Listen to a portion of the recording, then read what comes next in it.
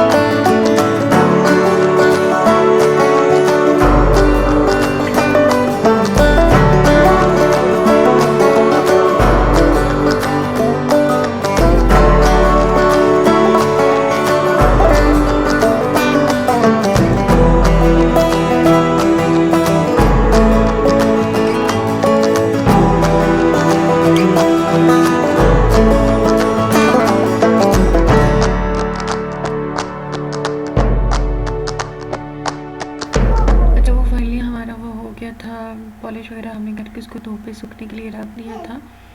तो उसके बाद ये वाला हमारा दूसरा सेट है।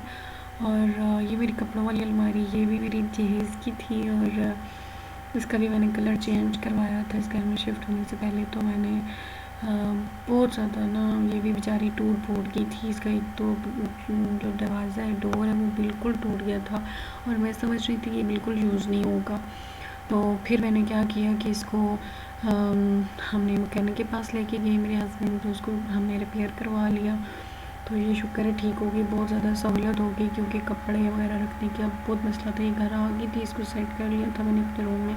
ये छोटी अलमारी ली थी, वैसे मैंने अपने ऑफिस की या जो भी चीज़ वगैरह काम करना होता है इसमें कपड़े रख रही थी।